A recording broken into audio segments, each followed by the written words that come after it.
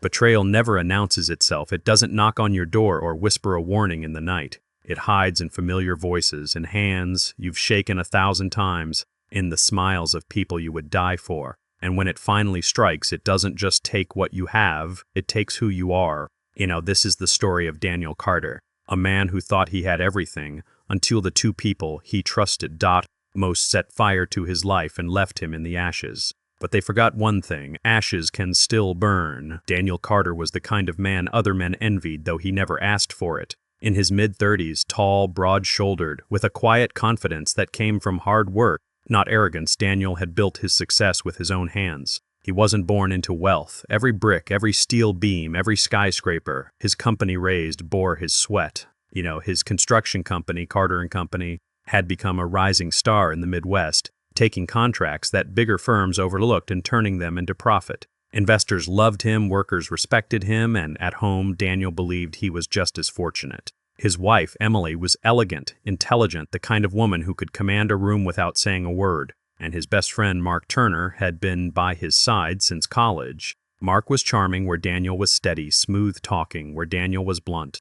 They were opposites, but together they had been unstoppable. Life looked unshakable, but foundations only appear solid until the cracks show. It happened on a Thursday evening. Daniel was at his office, reviewing blueprints for a new high-rise project that promised to double the company's worth. The sun was dipping low, painting the glass windows in molten gold. That's when the door burst open. Not a knock, not a knock, not a knock, not a knock, not a warning, just the violent swing of metal hinges as federal agents stormed in.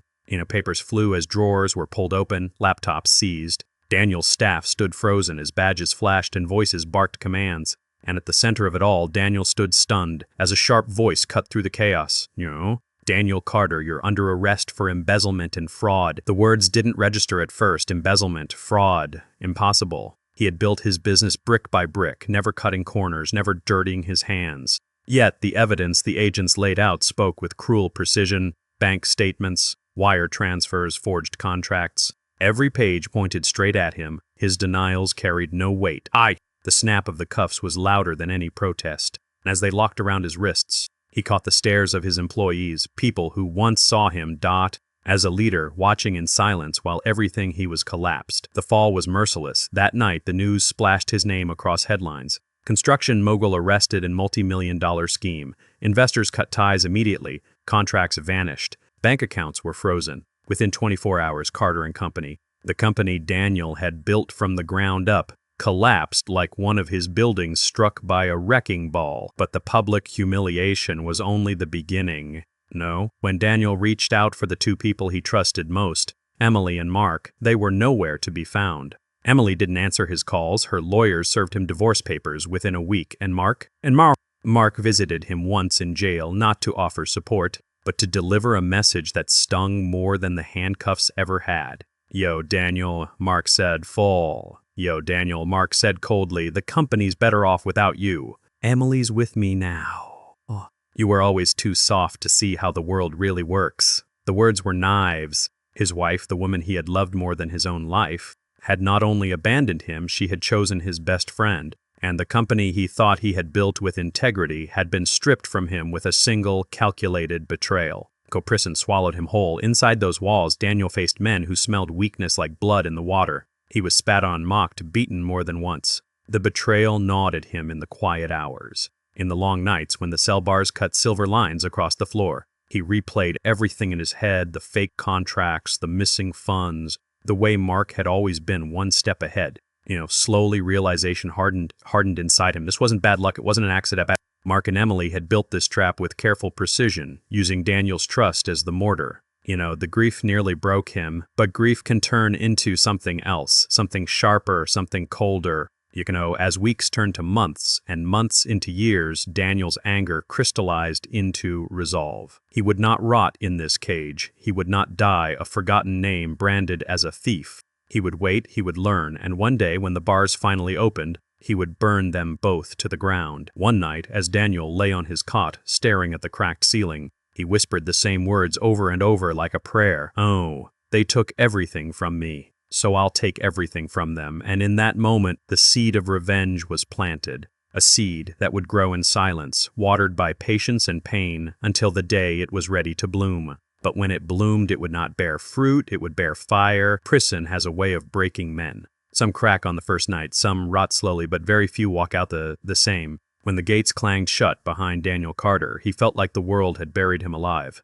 The cell was small, bare concrete walls, a thin cot, the smell of sweat and rust. The first night, he lay awake, listening to the groans, the curses, the sound of fists slamming against metal. He was not a criminal, yet the world had stamped him as one. He thought of Emily, of Mark, of how easily they had stripped him of everything he had worked for. The betrayal burned hotter than the humiliation. Days blurred into weeks. Daniel quickly learned that weakness had no place inside. The other inmates studied him like wolves circling prey. He was clean-cut, educated, a man who clearly didn't belong. That made him a target. The first beating came in the showers. A shove, a punch, and then 3 men cornered him. He fought back, but numbers always win. When it was over, he lay bruised and bleeding, staring at the cracked tiles above him. But he did not cry, he did not beg. Inside his chest, something was hardening. He spent long hours in the library when he could. Not novels, not distractions. He devoured books on law, business, psychology. If he was ever to walk free, he would need to understand the game that had destroyed him. He realized that prison, for all its cruelty, offered one thing the outside world never had: time. Time to think, time to study, time to plan. It was in the library that Daniel met Arthur Hensley, an older inmate with steel-gray hair and a reputation that kept guards uneasy. Arthur had been inside for 20 years, convicted of white-collar crimes so intricate that prosecutors still whispered his name. Unlike the violent men in the yard, Arthur fought with his mind. "Yo, you've got the look," Arthur said one day, sliding a chess piece across the board. "What look?" Daniel asked. "The look of a man who lost everything but hasn't accepted it. That's dangerous. It means you're either going to get killed in here, or you're going to build something out of the ashes." For months, Arthur became a quiet mentor. He taught Daniel how power moved in silence, how manipulation worked better than brute force, how patience could bleed an enemy more than rage. Daniel listened. He learned. He let the lessons sink into his bones until they became part of him. At night, in his cell, Daniel replayed every detail of Mark's betrayal. The forged contracts, the stolen funds, the smug look when he confessed that Emily had chosen him, and Emily, the woman Daniel had once placed on a pedestal, who now lived in luxury with his best friend while he slept on cold concrete. Bitterness could have eaten him alive, but Daniel did not let it. He sharpened it into focus. 3 years passed. Daniel's name outside faded from memory. To the world, he was just another criminal who had gambled and lost. Mark and Emily thrived, building Carter and Company into a regional empire, attending galas, smiling for cameras, playing the role of the golden couple. But Daniel knew the truth. Their empire was built on a stolen foundation, and like any structure built on weak ground, it would crumble if someone pushed in the right places. When the parole board finally approved his release, Daniel walked out of prison gates leaner, harder, but not broken. The air felt different on his skin, but he no longer looked at the world as he once had. He wasn't returning as Daniel Carter, the betrayed man. He was returning as the architect of something darker. He didn't need forgiveness. He didn't want sympathy. He wanted precision. Mark and Emily had buried him once. Now it was his turn to show them that the dead don't stay buried. The world had changed while Daniel Carter was locked away. Cities grew taller, glass towers stretching into the sky like monuments to greed. But the moment Daniel stepped back into it, he realized something else had changed too. Prison had stripped him down to nothing. But nothing is a foundation in its own right. And Daniel was a builder at heart. He knew how to take rubble and create something strong. The man who had walked into prison was gone. The man who walked out was patient, calculating, and ready to work in silence. He didn't return to his old neighborhood, too many familiar faces, too many memories, memories. Instead, he rented a tiny apartment under a different name, using money carefully stashed years before, funds Mark never knew existed. To the landlord and neighbors, he was David Miller, a quiet man looking for work. To himself, he was a shadow preparing for war. The first step was information. He spent days in libraries, nights in dimly lit internet cafes, digging through public records and business filings. Carter and Company had grown into a regional powerhouse under Mark Turner's leadership, construction contracts worth millions, and partnerships with politicians, headlines praising him as a visionary, and beside him in every glossy magazine photo stood Emily, dressed in designer gowns, smiling with the same grace Daniel once thought was meant only for him. It was strange how quickly she had shed his name, his life, his love. She hadn't just abandoned him, she had erased him. Daniel studied their world carefully, brick by brick. He made notes of their investors, their clients, their enemies. Every empire has cracks, even if they aren't visible at first glance. He just had to find where to press, but Daniel knew better than to strike too quickly. Revenge, he had learned, was not a hammer, it was a scalpel. And the best cuts were the ones delivered slowly, so that by the time the victim realized they were bleeding, it was already too late. So he built his disguise with care. During the day, he worked as a laborer on small construction jobs under his false identity. It paid little, but it kept him close to the industry. At night, he quietly built connections. A loan officer at a bank with a gambling problem, a mid-level accountant who resented being overlooked, a secretary at City Hall who liked to talk too much when she drank. One by one, Daniel gathered pieces of a puzzle only he could see, and always he watched Mark and Emily from a distance. They lived in a sprawling mansion on the edge of the city. Parties spilled across their manicured lawns, filled with people eager to bask in their wealth. Cameras flashed, laughter carried into the night, champagne glasses clinked. Daniel watched from the shadows, invisible, studying the way they moved, the way they smiled, the way they pretended their empire was unshakable. But Daniel knew something the cameras didn't show. Mark wasn't as flawless as he looked. His deals often skirted legality, his charm masked arrogance. And Emily, Daniel could see it in her eyes even through photographs, wasn't satisfied. Wealth had fed her vanity, but vanity is a hunger that never ends. She wanted more. And greed was a weakness Daniel could use. Now, he remembered Arthur's words from prison. Power doesn't need to be taken by force. You make them hand it to you themselves.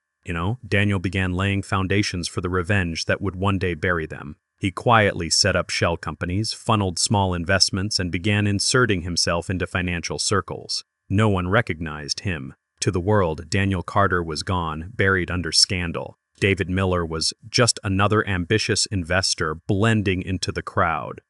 But behind his calm smile, behind the polite conversations, every move was deliberate. Months turned into a year. The patience was grueling, but Daniel endured. He watched cracks form around Carter and company. Small lawsuits over safety violations, murmurs about bribed inspectors, whispers that Mark had enemies among rival firms. Nothing fatal yet, but enough for Daniel to know the empire wasn't invincible. He didn't strike. Not yet. He waited, he planned, he studied their patterns until he knew them better than they knew themselves. Sometimes late at night, he would sit in his apartment with the city lights glowing outside and ask himself a single question. How do you destroy a man who once destroyed you? The answer was always the same, not by killing him. That would be too simple, too merciful. You destroy him by making him live through the same ruin. You strip him piece by piece until the man looking in the mirror no longer recognizes what he sees. That was the revenge Daniel was building. And as he watched Emily step out of a limousine one evening, diamonds glittering at her throat, a camera flash capturing her perfect smile, he whispered under his breath, "You enjoy it while you can." Because the phantom they buried was back, and this time he wasn't coming for forgiveness. He was coming for fire. The storm didn't come crashing down all at once. Daniel knew it never should. Empires don't fall in a single night. They rot from the inside until one final push sends them toppling, and Carter and company had already begun to rot. It started with whispers. A safety inspector in one district filed a report about missing paperwork on one of their construction sites. Nothing serious at first glance, but Daniel had arranged for the report to be leaked to a local journalist who was eager to make a name for himself. Within a week, headlines began to question whether Mark Turner was cutting corners. Mark brushed it off in public, smiling for the cameras, dismissing it as nothing more than jealous competitors spreading lies. But Daniel could see the tension on his face in the photos. He knew Mark well enough to recognize the twitch in his jaw when control slipped from his hands. Emily, on the other hand, thrived in the spotlight. She laughed at interviews, posed for glossy magazines, showing off the mansion, the cars, the life she had traded her soul for. Yet Daniel noticed something deeper in her eyes: restlessness. The very wealth that had bought her freedom from Daniel now chained her to Mark's shadow. She wanted more power, more recognition, and greed, Daniel reminded himself, was the perfect blade. Daniel's own life remained quiet, unremarkable. As David Miller, he was nothing more than a face in the crowd. He rented the same one-room apartment, worked small jobs, and moved with the rhythm of a man who didn't matter. But beneath that mask, he was building networks of influence. Gapin, the accountant he had befriended, now drunk on both alcohol and resentment, provided him with copies of financial ledgers from Carter and Company. Daniel studied them late into the night, the pages spread across his kitchen table. On the surface, the numbers looked flawless, but Daniel was patient, methodical. He spotted patterns others missed: inflated invoices, hidden transfers, shell companies tied back to Mark's name. It wasn't fraud that would send Mark to prison. Not yet, but it was enough to chip away at the empire's foundations. The second blow came in the form of sabotage. One of Carter and Company's biggest projects was a high-rise in the center of the city, a tower meant to symbolize power and progress. Daniel slipped into the site late at night, moving through steel beams and unfinished walls like a phantom. He didn't need explosives or violence. Just a few misplaced documents, a shipment rerouted to the wrong address, safety equipment quietly removed. Within weeks, delays piled up, costs doubled, investors grew restless. Daniel watched from the sidelines as Mark raged during a board meeting. Though the world only saw his polished smile at press conferences, he slammed his fist against the table, cursing incompetence, demanding answers. But no one suspected the real answer was outside the room, watching with cold eyes and steady patience. Revenge, Daniel realized, was not just about destruction, it was about artistry. It was about watching the powerful unravel in slow motion, about turning their pride into poison. And yet, even as he moved his pieces, Daniel knew he had to remain invisible. One mistake, one slip, and Mark would smell blood, so Daniel kept building his disguise. He attended business mixers as David Miller, shaking hands with men and women who once would have ignored him. He spoke little, listened much, and invested small amounts that earned him a reputation as dependable. He became the man no one noticed, but everyone trusted just enough. That trust, he knew, would be the knife he'd twist when the time was right. But one night, something unexpected happened. Daniel had been watching the mansion again, parked far enough down the street to be invisible, but close enough to see the silhouettes through glittering windows. He had grown used to the laughter, the parties, the careless extravagance, but that night he saw something different. Emily was alone on the balcony, no party, no cameras, just her, standing in the cold night air with a glass of wine in her hand. She looked older than Daniel remembered, not in years, but in weariness. Her smile had vanished, replaced with something sharper, presentiment, maybe even regret. Daniel's chest tightened. For a moment, he felt the ghost of the man he used to be, the man who had once loved her enough to dream of a life together. But that man was dead, buried the day she betrayed him. Still, seeing her like this stirred something dangerous. A voice in the back of his head whispered, maybe she isn't as happy as she pretends. He's nine fur is nappen furries and naven furix samia. He crushed the thought. Mercy had no place in revenge. He wasn't here to pity her. He was here to make her pay. And yet, Daniel couldn't shake the thought that Emily herself might one day become his greatest weapon against Mark. Weeks passed and Daniel tightened the noose. Lawsuits multiplied. Delays grew worse. Rumors of corruption spread faster than Mark could silence them. Investors began to hesitate, deals started slipping away, and behind closed doors, Mark shouted at Emily, his voice carrying through the mansion's thin walls.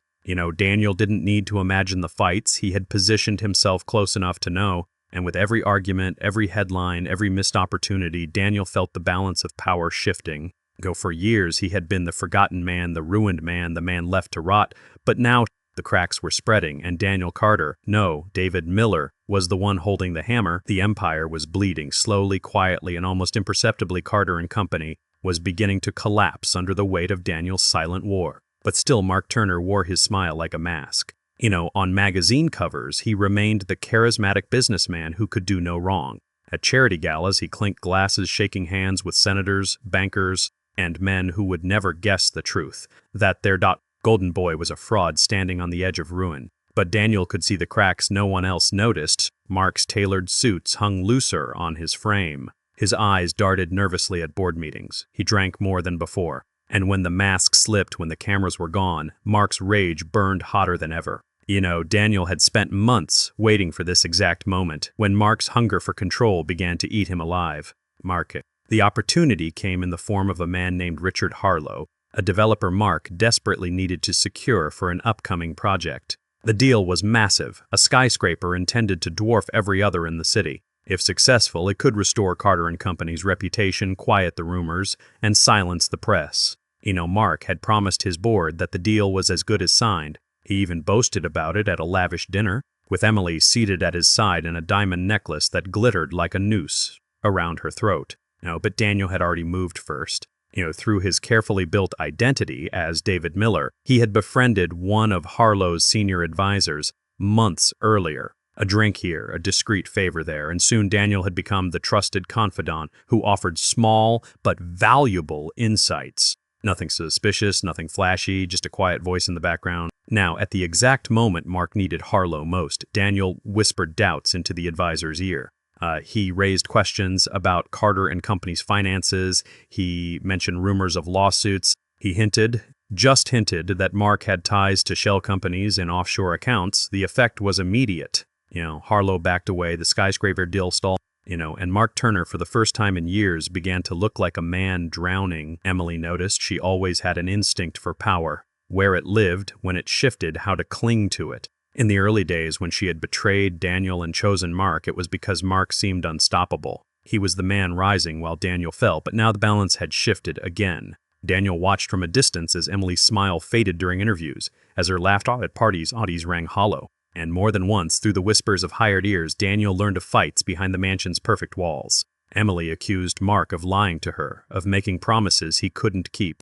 Mark accused her of spending too much, of embarrassing him. The cracks were no longer just in the company. They were in the marriage too. Daniel knew it was time for the next move. Now, he had always understood that destroying Mark financially would never be enough. True revenge wasn't about money. It was about identity, about reputation, about tearing away the very things a man built his life upon.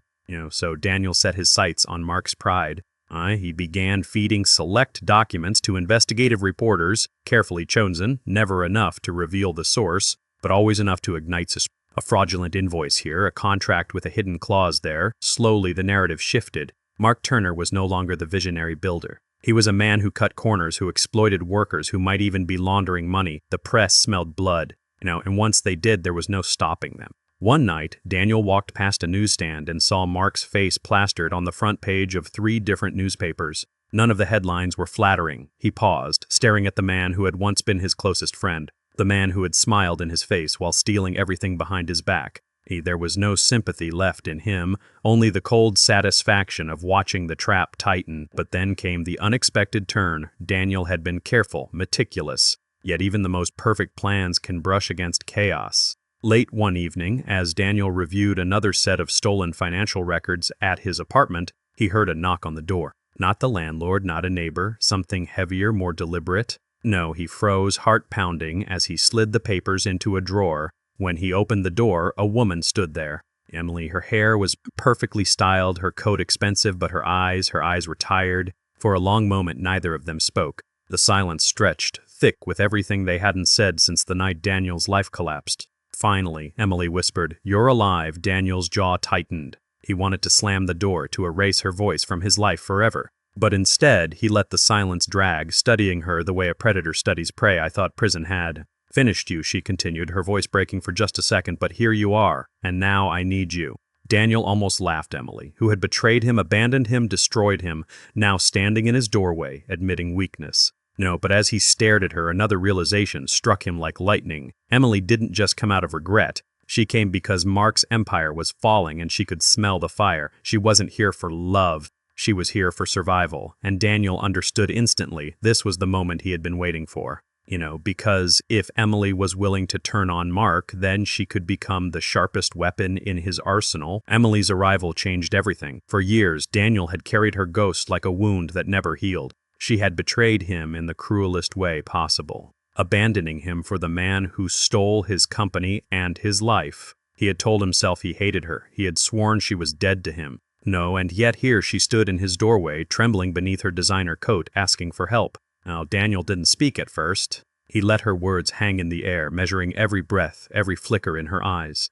He needed to know if this was genuine desperation or just another performance. Finally, Emily broke the silence. "Mark isn't who you think. He's spiraling, drinking, raging. He doesn't trust anyone, not even me. He's made enemies, Daniel, dangerous ones. If Carter and Company falls, he'll drag me down with him. I won't go down with him." Daniel's expression remained carved from stone. Inside, his thoughts churned. So she comes crawling back, not out of love, not out of remorse, but because survival demands it. He should have slammed the door. He should have left her in the ruin she had chosen. But then, like a whisper in the dark, another thought stirred. She can be useful. And so Daniel Carter invited his betrayer inside.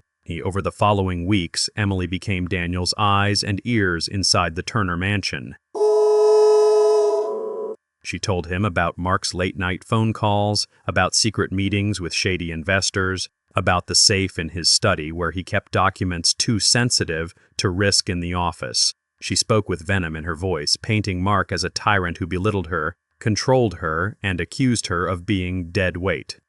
Daniel listened carefully, never revealing too much. Every detail she offered became another stone in the wall closing around Mark. And slowly, Emily's tone shifted. "I was wrong," she whispered one night, tears clinging to her lashes. "Leaving you was the biggest mistake of my life." Daniel felt nothing. Whatever love he once had for her was gone, burned out the night she betrayed him. He gave her no comfort, no forgiveness. She wasn't his partner, she was his tool. And soon she would be Mark's executioner. The plan took shape with surgical precision. Rarebit.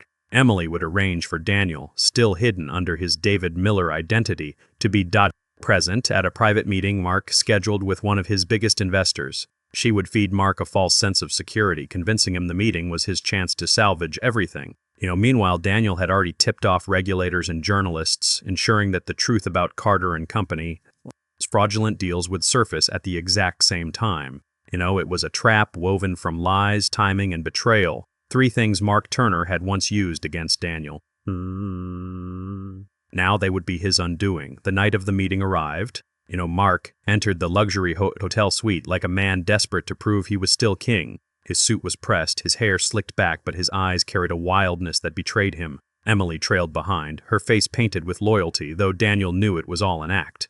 The investor was already there, David Miller. Daniel stood quietly at the edge of the room, introduced as a consultant. Mark barely glanced at him. The meeting began with charm and bravado, Mark boasting about future projects, about profits waiting just around the corner. But as the investor pressed for proof, Mark's mask began to slip. Numbers didn't add up, promises contradicted themselves. Sweat gathered at his brow, then came the knock. 2 men in dark suits entered, not investors, not allies, but federal agents. Behind them, a cameraman from the local news station pushed his way in, recording every second. The trap had sprung. Mark Turner, one of the agents, said, "You're under investigation for fraud, tax evasion, and corporate misconduct." Mark's face drained of color. He spun toward Emily, betrayal flashing in his eyes. "You," he hissed. Emily didn't flinch. She simply stepped aside, letting the agents move in. But before Mark could be cuffed, his rage exploded. He lunged across the room, shoving the table, sending glasses shattering. His fist swung wildly, not at the agents, but at Daniel. Daniel caught the blow, his grip like iron as he locked eyes with the man who had destroyed him. For the first time, Mark looked into Daniel Carter's eyes and realized the truth. "You," Mark gasped. "It was you all along." Daniel leaned in close, his voice low and cold. "You took everything from me." Now I'm taking it back." The agents pulled Mark away, shouting commands, forcing him to the ground. But Daniel didn't move. He stood tall, watching as his former best friend was dragged out in handcuffs, cameras flashing, the world watching the mighty empire crumble. The days that followed were chaos for Carter and Company. The company's stock plummeted, investors fled, lawsuits piled higher than the skyscrapers Mark had once promised to build. Within a month, the empire was nothing but rubble, and Mark Turner? He became a headline, a scandal, a warning whispered in boardrooms. His legacy reduced to ash. Emily stayed close to Daniel in those days, as if clinging to him might erase her own guilt. "We can start over," she begged one night, "the way it should have been, just you and me." Daniel stared at her for a long moment, his silence sharp as a blade. Finally, he said, "You made your choice years ago, and so did I." Her eyes widened. "What do you mean?" He stepped closer, his voice calm, almost gentle. "You betrayed me once. Did you think I'd ever let you walk free?" The realization hit her like a blow. Emily staggered back, tears spilling as Daniel turned away. The next morning, Emily Turner was found leaving the city with nothing. No mansion, no fortune, no friends. Daniel had ensured her accounts were frozen, her access severed, her reputation blackened by rumors he had whispered into the right ears.